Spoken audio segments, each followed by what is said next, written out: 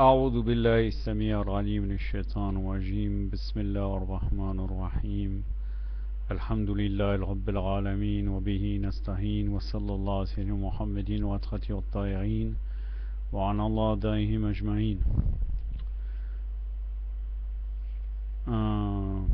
Une vidéo sur quelques versets coraniques commentés de Sourate Al-Rahman. Sourate Al-Rahman, c'est la sourate 55 du Saint-Coran. Donc je vais commenter, Inch'Allah, du verset numéro 15 au verset 27. Pour être un peu dans la même continuité que la dernière vidéo que j'avais faite sur Shir Koleini et sa vision des hadiths, puisque il avait établi qu'à travers certains versets coraniques, à travers les versets coraniques, on pouvait savoir les paroles véridiques. Est-ce que les imams avaient dit certaines paroles ou non? Puisque les imams avaient établi une règle, comme quoi vous voyez comparer nos hadiths avec le Coran. Et j'avais dit, je vais souligner, qui comprend le Coran? Uniquement les imams de Ahlul Bayt. Et là vous allez voir qu'à travers ces versets et ce commentaire basé sur les hadiths de Ahlul Bayt, que finalement on est loin de comprendre le Coran. Donc ça rejoint comme quoi il faut lier le Coran toujours à Ahlul Bayt. Donc si nous rejetons certains hadiths de Ahlul Bayt, peut-être que en comparant avec le Coran, alors que notre compréhension du Coran est limitée. Vous allez le voir à travers cela. Bien sûr, extérieurement, ces versets-là peuvent être compréhensibles, mais les imams donnent la véritable interprétation du Coran. Donc Allah subhanahu wa ta'ala, en commençant par le verset numéro 15, dit, je vais vous le citer en arabe, puis après jusqu'au verset 27, puis après je le dirai en français. أعوذ بالله السميع العليم من الشيطان الرجيم بسم الله الرحمن الرحيم وخلق الجن من مارج من النار فبأي آلاء ربكما تكذبان رب المشرقين ورب المغربين فبأي آلاء ربكما تكذبان مرج البحرين يلتقيان بينهما برزخ لا يبغيان فبأي آلاء ربكما تكذبان ولو الجوار المنشآت في البر كالأعلام فبأي آلاء ربكما تكذبان كل من علي الفان ويبقى وجه ربك ذو الجلال والإكرام صدق الله العلي العظيم. Donc Allah subhanahu wa ta'ala dit, donc du verset 15 au verset 27 de Sourate Al-Rahman, Sourate le miséricordieux, le tout miséricordieux, donc c'est la Sourate 55, dit, il a créé les djinns d'un feu pur. Quel est donc celui des bienfaits de votre Seigneur que vous deux vous nierez? Il est le Seigneur des deux orients et le Seigneur des deux couchants. Quel est donc celui des bienfaits de votre Seigneur que tous deux vous nierez? Il a fait confluer les deux mers pour qu'elles se rencontrent, mais elles ne dépassent pas une barrière située entre elles. Quel est donc celui des bienfaits de votre Seigneur que vous deux vous nierez? Les vaisseaux élevés sur la mer comme des montagnes sont à lui. Quel est donc celui des bienfaits de votre Seigneur que tous deux vous nierez? Tout ce qui se trouve sur la terre disparaîtra. La face de ton Seigneur subsiste, pleine de majesté et de munificence. Sadaqallahu al-Aliyyul Azim. Donc je vais commencer par le premier verset qui dit, il a créé les djinns d'un feu pur. Donc en citant toujours dans la lignée de citer les hadiths qui permettront de commenter le Coran. De toute façon, les commentaires anciens du Coran sont tous basés sur les hadiths de Ahlul Bayt. Donc Shami interrogea l'imam Ali alayhi salam. Je vais vous citer à chaque fois la référence, hein. Comme ça vous pourrez revenir, pour ceux qui connaissent la langue arabe, pour revenir dans la référence en arabe. Shami interrogea l'imam Ali alayhi salam sur le nom du père des djinns. L'imam Ali alayhi salam répondit ainsi, il se nomme Shoman, il a été créé à partir du feu. Puis Shami de nouveau l'interrogea, est-ce que Allah a fait parvenir un envoyé aux djinns? L'imam Ali alayhi salam répondit oui, il a fait parvenir un envoyé qui se nommait Youssouf. Celui-ci leur avait autrefois apporté des preuves décisives. Vous n'avez pas cessé d'en douter, mais lors de sa disparition, vous avez dit: Allah n'enverra plus jamais de prophète après lui, Allah égare celui qui est pervers et celui qui doute. Sourate numéro 40, les croyants, Al-Mu'minun, verset 34. Il, alayhi salam, donc Youssouf, les a appelés à venir vers Allah le Tout-Puissant, digne et majestueux, digne de majesté, mais les djinns ont été rebelles. Ils ont attribué à Allah les djinns comme associés, mais c'est lui qui a créé les djinns. Sourate Al-An'am, donc sourate les troupeaux, verset 100. Donc ça c'est dans Tafsir Nur al-Saqalayn, Cheikh Abdel Ali ibn Jurmat al-Awizi, redonnons-la aller, volume 5, page 190. En allant dans le même sens, l'imam Ja'far as-Sadiq alayhi salam nous révèle aussi ceci: lorsqu'Allah subhanahu wa ta'ala créa la fournaise ardente, elle fut d'un feu qui ne brûlait pas vraiment. Il n'y avait aucune fumée. De là il créa les djinns. Il est dit dans le Saint-Coran ceci: quand aux djinns nous les avions créés auparavant du feu de la fournaise ardente. Sourate Al-Hijr, verset 27. C'est pour aller dans le sens toujours du verset coranique qui dit: il a créé les djinns d'un feu pur. Le djinn créé de cette substance brûlante se fit nommer Marija, et il créa sa compagne en la nommant Marijat, et d'eux naquit un djinn. Puis il y eut plusieurs naissances de djinns, dont Iblis parmi eux, puisque Iblis min al-djinn, ce n'est pas un ange, d'après les hadiths de Ahl-Bayt et même d'après le Coran. C'est alors que la communauté de djinns ne cessait de s'accroître, si bien qu'elle fut comparable au grain de sable qui était sur face de la terre. Parmi cette population de djinns, il y avait des croyants et des rebelles, tout comme les hommes sur la terre. Tafsir al-Burhan de Sayyid Hachem al-Barani, redonnons-la aller, volume 4, page 265. Après, comme vous savez, le shaitan, qui faisait partie des djinns, donc a adoré Allah, on dit pendant 6000 ans, si je ne me trompe pas, il me semble. Bon, après on pourra me corriger, peut-être je fais une erreur sur De toute façon, on ne peut pas savoir si c'est 6000 ans de notre monde ou bien 6000 ans qui correspond à Allah Azzawajal, puisqu'on dit une année équivaut à 50 000 d'après le Coran. Donc en fait on ne peut pas savoir. Donc c'était une très longue période, à tel point que les anges ont pris Shaitan pour un ange alors que c'était un djinn. Donc après, Allah subhanahu wa ta'ala ordonna de se prosterner, je vais vous rappeler un peu l'histoire, en compagnie de tous les djinns. Il ordonna donc à djinns et aux anges de se prosterner devant Adam alayhi salam, et il refusa, car il rejetait l'idée qu'il y avait une autre créature plus élevée que lui. Cet acte de rébellion le plongea dans les ténèbres à jamais.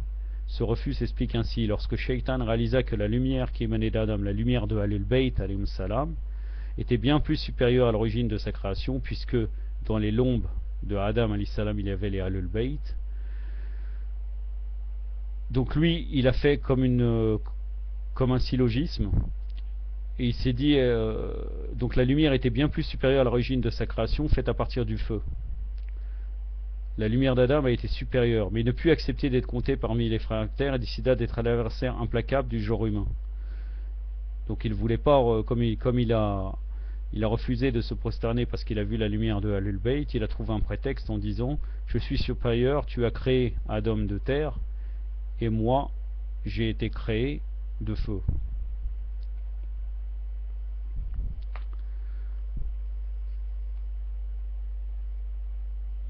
Voilà. Après nous arrivons au prochain verset où on dit: quel est donc celui des bienfaits de votre Seigneur que tous deux vous nierez? Ça veut dire, selon le commentaire de Ahlul Bayt, allez-vous nier la suprématie de Muhammad et d'Ali alayhi salam? Il est le Seigneur, donc soit verset 17, il est le Seigneur des deux orients et le Seigneur des deux couchants. L'imam Ja'far Sadiq alayhi salam nous dit ceci: les deux orients sont le saint prophète Muhammad sallallahu alayhi wa alayhi, Allahumma salli ala Muhammad wa ali Muhammad, et l'imam Ali alayhi salam, quand aux deux couchants sont son imam Hassan al-Mushtaba alayhi salam et l'imam al-Hussein alayhi salam. Quel est donc celui des bienfaits? Comme ça, si vous voulez, vous prenez le Coran avec vous et vous regardez, comme ça vous suivrez tout à fait la lecture. Quel est donc celui des bienfaits de votre Seigneur que tous deux vous nierez? Allez-vous comprendre désormais la grandeur du saint prophète Mohammed et de l'imam Ali sallallahu alayhi wa sallam? Allez-vous cesser de nier leur suprématie? Il a fait confluer les deux mers pour qu'elles se rencontrent. L'imam Ali Zayn al-Abidin alayhi salam a dit: les deux mères qui se rejoignent sont l'imam Ali et la sainte Fatima az-Zahra alayhi salam. Ces mères sont la haute connaissance qu'ils incarnent. Tafsir al-Burhan de Sayyid Hachem al-Barani, volume 4, page 265. Mais elles ne dépassent pas une barrière située entre elles. L'imam Ali Zayn al-Abidin, encore une fois, alayhi salam, continue: la barrière située entre l'imam Ali et la sainte Fatima az-Zahra alayhi salam et le saint prophète Mohammed sallallahu alayhi wa alayhi. Ceci est la marque du respect révérentiel. Toujours la même référence, volume 4, page 265.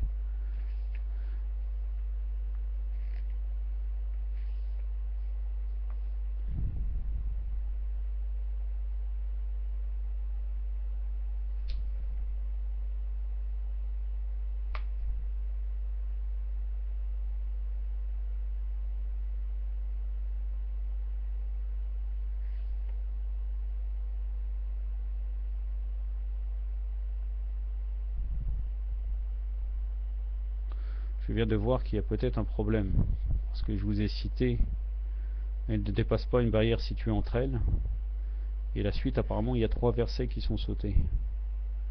Je vous demande pardon, je vais me déplacer, je vais faire un mouvement tout de suite là, je vais vérifier dans le Coran. Peut-être que je vais sauter quelques versets. Je vous prie de m'excuser. Allahumma salli ala Muhammad wa ali Muhammad.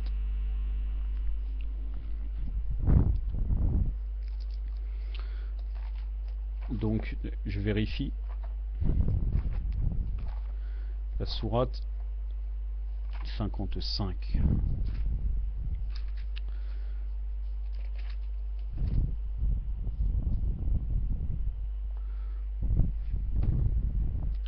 Lequel des dons il a donné au cours pour se rencontrer? La mer ne dépasse pas une barrière située en telle.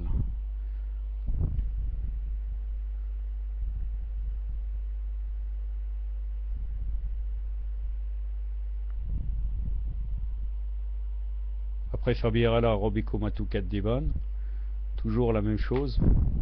Allez-vous comprendre désormais la grandeur du saint prophète Mohammed et l'imam Ali. Donc c'est pas comme je vous avais lu dans la lecture. Et après nous avons de ces deux mers sortent la perle et le corail. Oui, donc ça après moi je connais de toute façon à peu près le commentaire de ces deux versets. Donc la perle elle est apparentée à l'imam Hassan et le corail à l'imam al-Hussein. Ça c'est dans Tafsir al-Burhan, toujours volume 4, page 266.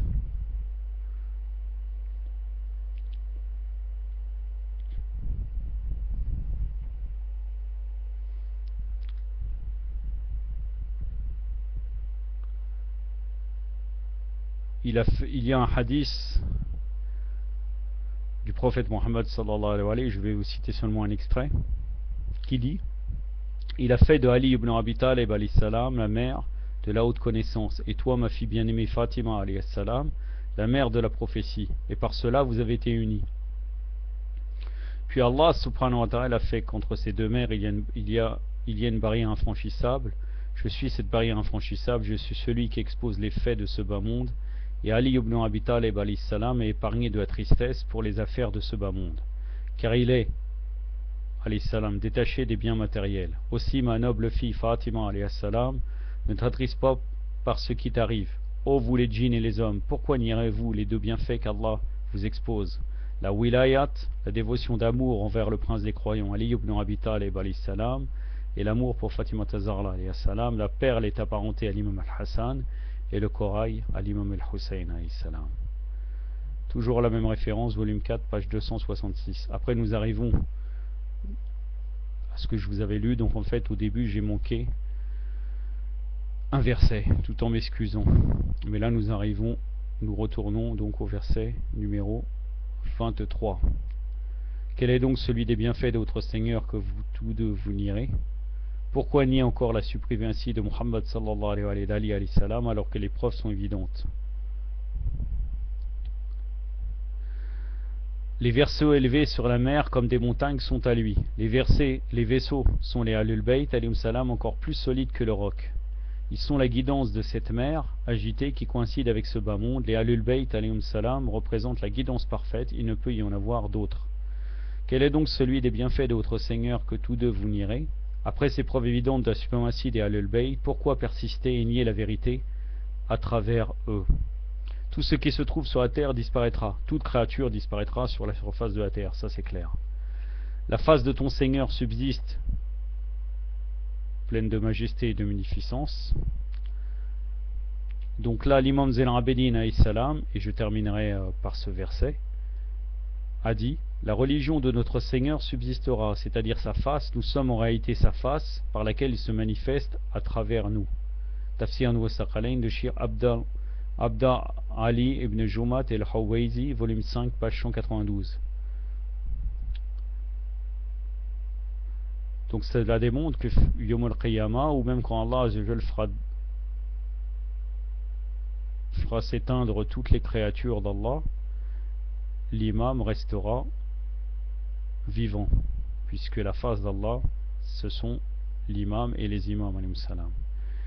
Un homme est venu interroger l'imam Ali al-Rida alayhi salam au sujet de l'unicité d'Allah subhanahu wa ta'ala. Ô fils de l'envoyé d'Allah, que signifie cette parabole qui affirme que si l'on atteste qu'Allah est unique, nous pourrions voir le visage de notre Seigneur? L'imam Ali al-Rida alayhi salam répondit ainsi: ô père de Salah, sache que celui qui pense voir la face d'Allah comme si on pouvait voir le visage d'un être humain, celui-ci tombe dans l'incrédulité.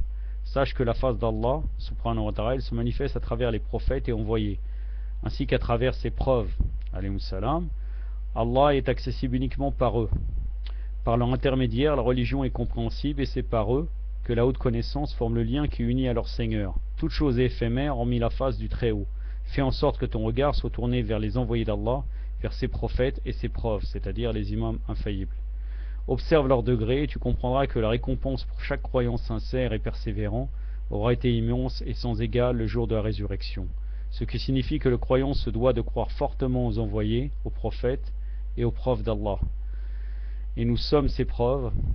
Alayhum salam. D'ailleurs, le saint prophète Mohammed sallallahu alayhi wa sallam a déclaré: celui qui est courroucé à l'égard de ma famille ne pourra jamais espérer me voir le jour de la résurrection, car je suis la face d'Allah par excellence.